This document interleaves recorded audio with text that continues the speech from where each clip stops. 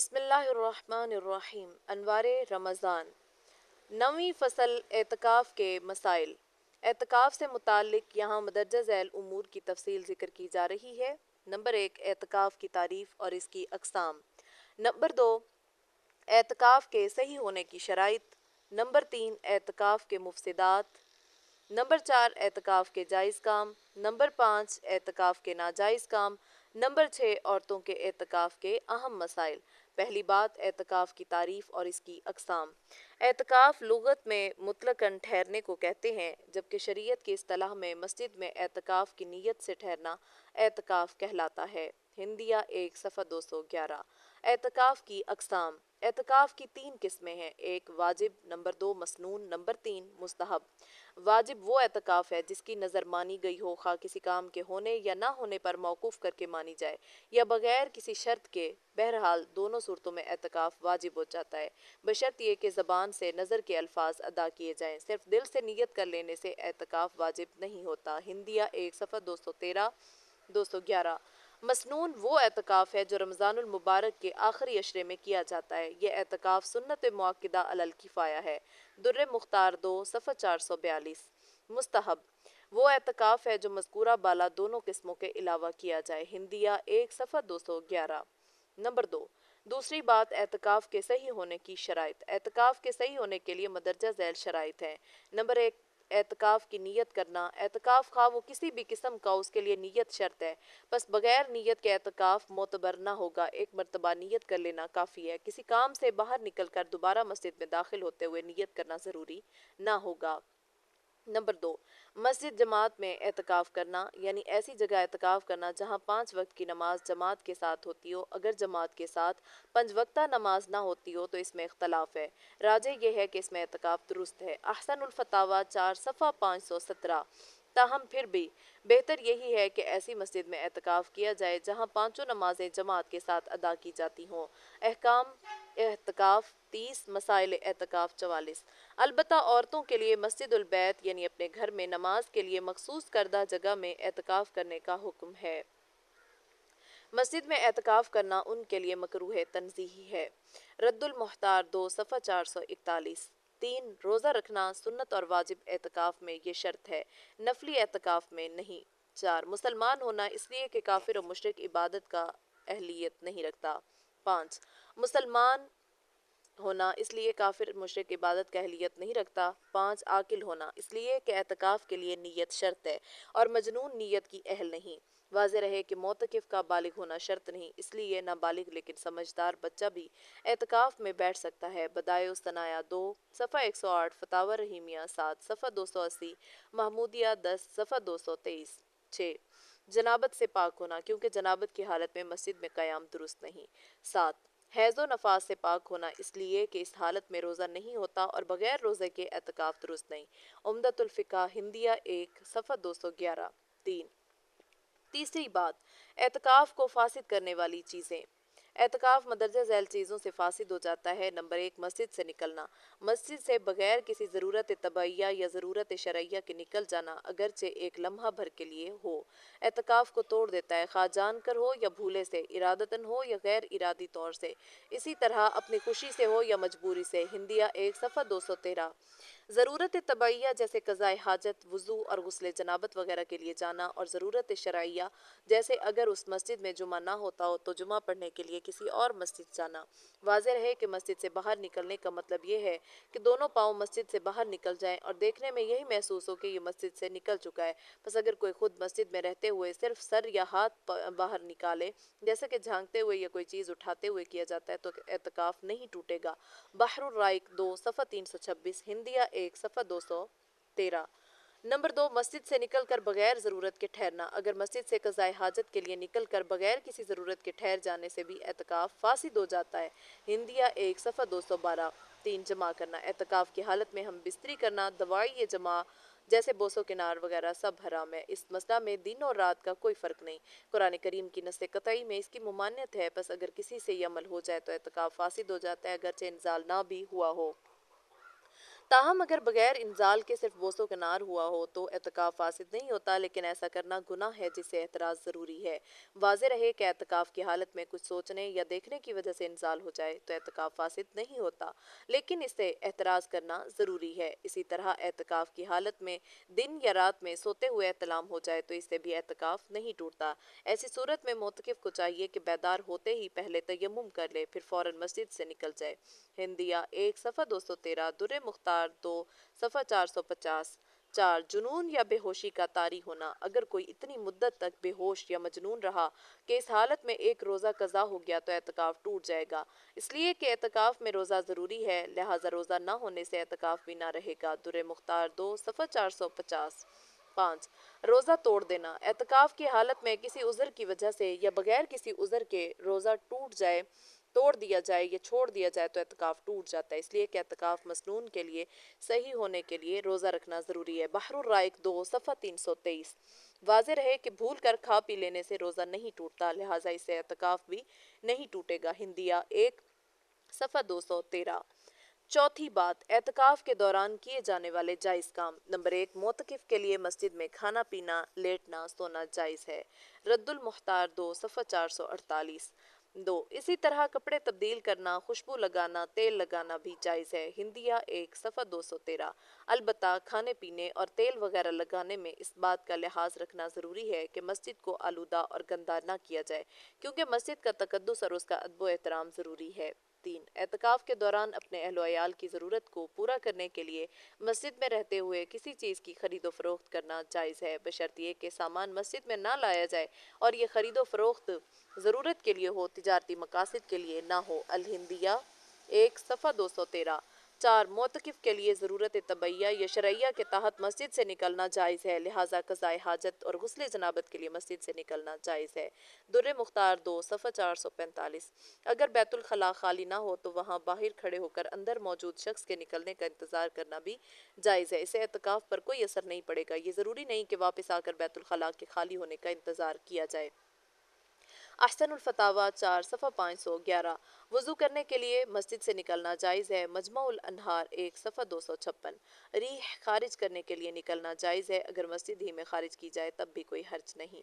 محمودیہ 10 صفحہ 245۔ احسن الفتاویٰ 4 صفحہ 516۔ احکام اعتکاف 50۔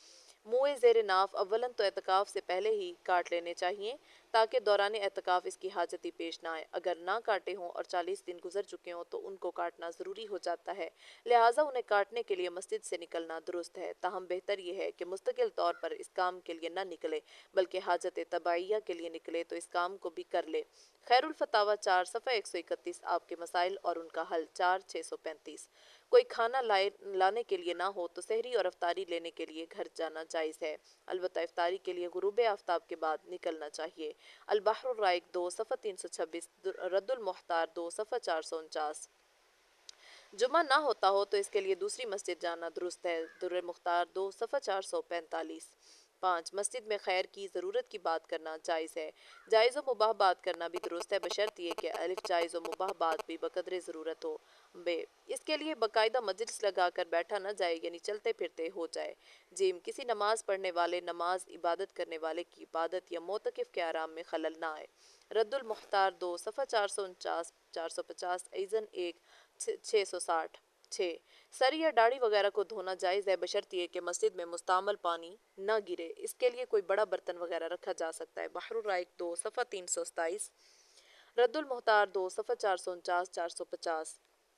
7 نسوار، بیڑی، سگریٹ جیسی بدبودار چیزوں کو اولاً تو اعتکاف کی حالت میں 10 دنوں کے لیے ترک کر دینا چاہیے، اور یہ مشکل نہیں، صرف ہمت اور مصمم ارادے کی ضرورت ہے۔ اگر چھوڑنا ممکن نہ ہو تو مندرجہ ذیل شرائط کے ساتھ جائز ہے۔ الف محض اس کام کے لیے مسجد سے باہر نہ نکلا جائے، بے ضرورت طبیعیہ یعنی پیشاب وغیرہ کے لیے جاتے ہوئے ضمناً مسجد سے باہر استعمال کر لے۔ جی فوراً مسواک وغیرہ کے ذریعے یا کسی بھی طریقے سے منہ کی بدبو کو دور کر دیا جائے تاکہ مسجد کی بے ادبی، بے احترامی نہ ہو۔ فتاویٰ محمودیہ 10 صفحہ 246۔ فتاویٰ حقانیہ 4 صفحہ 204۔ 8 اعتکاف میں مسجد کے کناروں پر جو پردے لٹکا کر خیمے سے بنا لیے جاتے ہیں یہ جائز ہے، نبی کریم صلی اللہ علیہ وسلم سے ثابت ہے۔ مسلم 1167۔